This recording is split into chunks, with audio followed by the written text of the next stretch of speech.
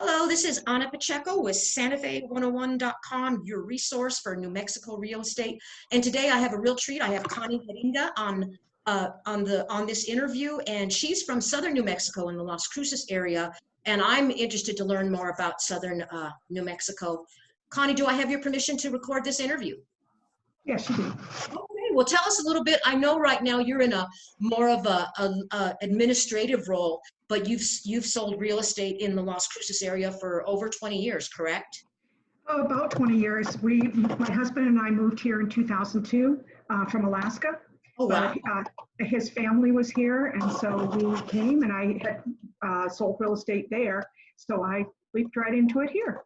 Well, then I have to ask you the first question. Well, first of all, I'm always bragging about New Mexico because we're one of the least populated states. So we work out to about 17 people per square mile in the state of New Mexico. However, Alaska is even more.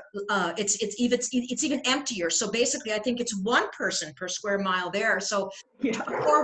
Tell me a little bit. What's it like to sell real estate in Alaska? It was wonderful. I loved my career there. I had worked for the city of Anchorage for 20 years prior to, I got my license 4 years before I retired from the city. And it was a great opportunity. It is very different. I carry tools in my car to chip the ice off of lock boxes in order to get into homes. And I went through more pairs of shoes, ruining them, climbing into snowbanks and stuff like that. But it was a great experience, and I loved that state. But this is my home now. It has been for some time, and I love southern New Mexico. So. I have some friends who live down in the Mesilla, which is about 8 miles from Las Cruces, and they were saying to me that they're seeing a lot more people, like say from the Michigan area or places where it's kind of cold, moving to Las Cruces because it's more, it's a little bit warmer than up north here where I'm in Santa Fe, and it's more affordable. So tell me a little bit about what it's like to buy and sell houses in Las Cruces. Well, Las Cruces has kind of traditionally been known as a second Tucson, if you will. We're about 15 degrees cooler year-round than Phoenix and Tucson, and so obviously considered high desert. And so we do have a significant amount of retirees moving here and relocating from northern climates. And from Las Cruces, it's only about 3.5-hour drive to Tucson, correct? More about 4.5 to Tucson. Yeah, about okay. 5.5 to Phoenix. But it's straight shot on I-10. So we're right actually geographically located exactly the same distance from places like Denver, Dallas, over towards Las Vegas. And so we are right in the middle, and we're right where I-10 and I-25 meet. So it's a straight north, south, east, west location. So we have a lot of folks that actually just traveling through because it happens to be convenient and discover that we are here and think, oh my gosh, this is such a beautiful place. And so in Las Cruces, just for our listeners, it's the second largest city in the state, correct? It's Albuquerque, Las Cruces, Rio Rancho, and then Santa Fe. Correct. We have about just over 100,000 in the Las Cruces city itself, and about 200,000 in our county. Okay. And what is like the price range right now? I know that Albuquerque and Santa Fe, especially Santa Fe, are just booming. I mean, we are too. It's the price point is actually increased to about 220 price range on average. We have very low inventory still. I looked yesterday morning and it was still around 340 properties on the market, residential properties, which is very low, although that's up from the within the last month when we were below 300. So people are starting to think about resale a little bit and starting to consider putting their homes on the market, but really all price ranges have been selling quite well. And you're saying so the average is about 220,000. That's pretty reasonable right now. Albuquerque is about 300,000. The medium, I'm sure you know this because you're in the industry. Just recently, Santa Fe has hit over 500,000. That's the median cost of a house. Can you imagine? That's a lot. And so it kind of makes you question about what is truly the term for affordable housing. That's obviously a different perspective depending on which environment you're in. And but we still have homes that, you know, even new construction that's selling in the 180s to 200 range, and so, you know, you can comfortably get into a nice 3-bedroom, 2-bath, 2-car garage, and a nice, you know, in a subdivision here for that price range, and be very comfortable. So I think just here, you know, listening to you, Las Cruces is really a viable option for younger people that maybe want to move out here. That, you know, not everybody, what Santa Fe, this is my hometown, you know, we get a lot of retirees, or, you know, just people that can really afford to live here. Oh yeah, and Las Cruces would be an option for people that, you know, maybe they want to leave the coastal cities, and they have, like, you know, normal incomes, but they want to start anew. It'd be a great place for young families with children. absolutely. It's a very diverse economic base. We have White Sands Missile Range, which is just over the St. Augustine Pass here to Woods White Sands. And then we This have, is a background right now. There's White yeah. Sands right there. And Okay. then we have a NASA facility here. And then we have a huge group from the New Mexico State University, which is just down the street from me. And then we have a huge agricultural base, which is almost year-round of different types of crops. And so between that, and then you mix in the retirees, which have really brought a lot of good things for our community medically, and opportunities. It used to be many years ago that, you know, we'd have to go to Albuquerque or even El Paso to get some supplies. We don't need to anymore. We can get anything here that we want, and we have good resources of stuff, as well as, like I said, a lot of fresh produce and vegetables and stuff that are grown right here locally. And so it's a very good base for whatever age range folks. And you know, folks, interesting enough, sometimes people that are from here a long time, they say, well, there's nothing to do here. Well, what do you want to do? I mean, there's hiking, there's biking, we have an aquatic center, we have there's opportunities through the university. There are lots of different kinds of clubs and things depending on your interests. So there really are a lot of things to offer to somebody coming to our community. And you just mentioned El Paso. You're what, maybe 40 minutes from El Paso?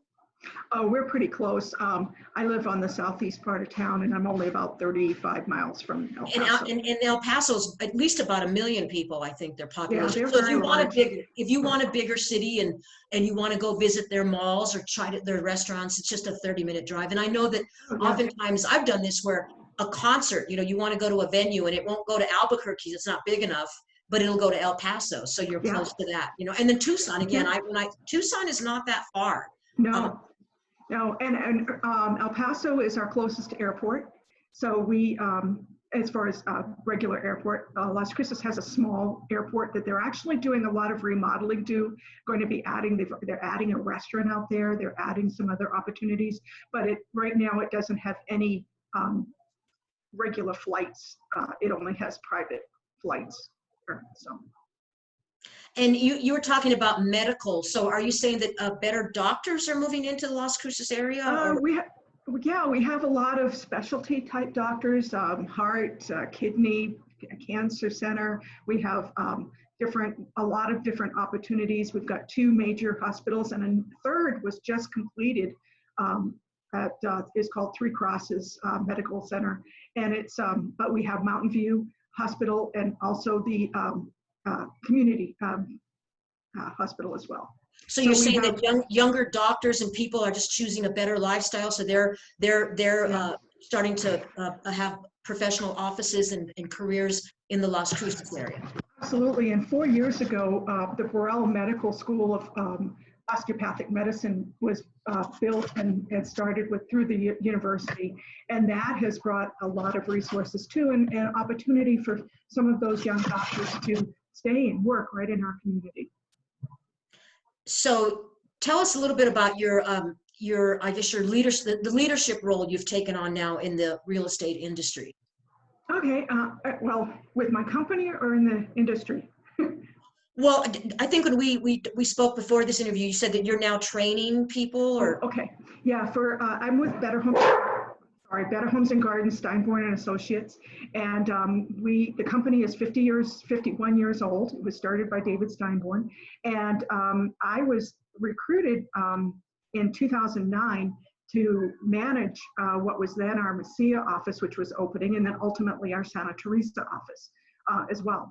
And then 3 years ago, the owners of the company, John and Amy Hummer, they hired me full-time to manage, recruit, and train for the company. I had at that point had 20 years of experience and in sales, and I was a top producer at the time. And they wanted that experience to help us build and mentor and train newer recruits coming into this business. So that's what I do full time. And so you're located in Doña Ana County. So there's Las Cruces, there's Murcia. What are some of the other towns that would be well known, or that people might want to consider looking at?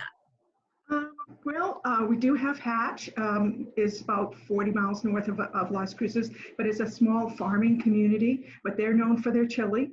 They're famous for that. We have Truth or Consequences is in Sierra County, but that's about 90 minutes from us, Truth or Consequences and Elephant Butte.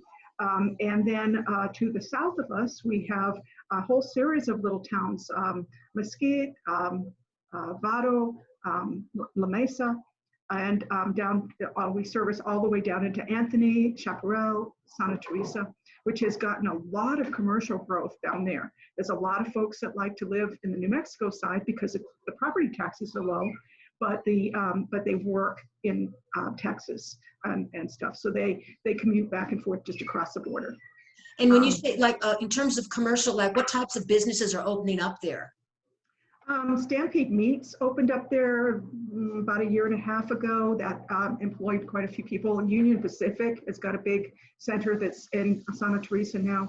So there's a lot of variety of different types of industry coming into that area. And Mesilla Valley Economic Development Committee, that he's here in Las Cruces, they work very, very hard to help recruit businesses to southern New Mexico and to help our economy grow.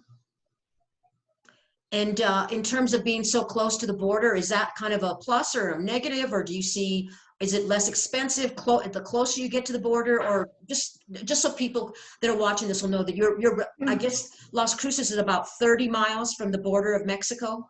About 35. About 35 miles. Yeah, and I don't. There has been some impact of the immigration issues because for a while there was large quantities of folks coming across, and they really couldn't do any. They were coming into our community, and it was kind of like this dumping zone almost, and that was a little tough because it was like you have lots of folks that are trying to find something, and so anyway, that's kind of sort of quieted down. There's still quite a few folks that are coming across daily, but a lot of people just come across the border just to work. I mean, they go back, don't they? I mean, not everybody. Yeah, and actually, for our economics here, that's usually a lot of labor type jobs. The rock wall guys, a lot of different kinds of those kind of things. So anytime that there's a little bit of a slowdown in allowing them to come across, then it affects the home building industry. Well, I think it also would affect the farming too. Don't they help agriculturally? Yep, they do a lot of the, of the picking of the different plants and stuff like that too. So now, again, several. Mesilla, again, that's where I have friends in Mesilla, J. Paul Taylor, and but I don't know if you saw this, but the New York Times, there was a front cover story on J. Paul Taylor recently. So I was very excited. But anyway, Messilla's kind of like become a kind of a high-end little village, right? I mean, it's expensive there. It is. They are definitely more expensive than Las Cruces in general, but they have a very tight-knit community. They're very specific about their restrictions on if there is new construction, which there isn't a whole lot, but there is. If they like what are some of those restrictions? On types of structures, on the they want the more historic looking properties. They like the more the adobe looking or that kind of stuff. They, I can't tell you all their restrictions, but I do know that they watch their new stuff very, very closely to make sure that it kind of fits with the history and it fits with because it is a very historic little community.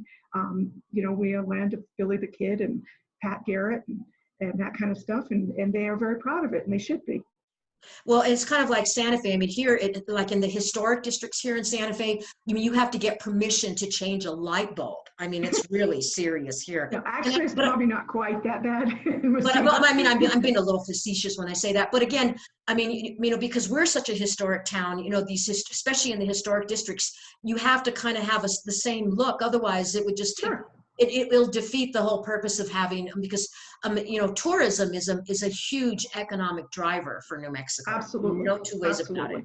Right. Well, good. So in terms of, do you work or have you worked in the past, or does your company work with somebody might ring you up and say, I want to build a house? Do you help look for lots? Absolutely.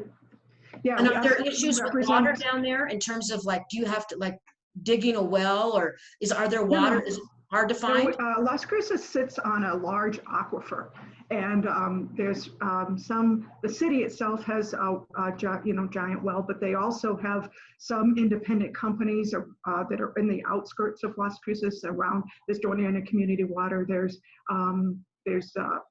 Moongate Water, different things like that, but they all kind of work the same and are able to get water from the aquifer, and that's been a great resource for that area. So that's not a problem. Are there companies down there, like especially for the Mesilla area, that they make adobes and things? I mean, are there, is it, if you wanted to build an adobe house, would that be hard down there? Because there are several builders that can do that, and it's a little pricey per square foot. That's going to be probably a bit more than a regular frame house, that frame and stuccoed house. But they're beautiful, and there's several different builders. Well, we have a little joke up here that's the same thing up here. It's way more expensive to build adobe, which used to be poor man's housing. So I always say that only in Santa Fe can the very rich afford to live in mud huts. Because it's fun, right? But it's so expensive now. It's not like the old days. But so we're getting close to the end of the interview. Is there anything, if somebody's watching this interview, that you want them, they're looking up, they want to get out of California or Texas or somewhere, why should they consider Las Cruces over Albuquerque or Santa Fe? Well, everybody's going to have their own taste of things, but I think that Las Cruces offers it's just a warm and welcoming community. I think that people are friendly here. You go to the grocery store, the kids that bag in your groceries are friendly, offer to help, take it to your car if you need it. It's just a nice, warm community.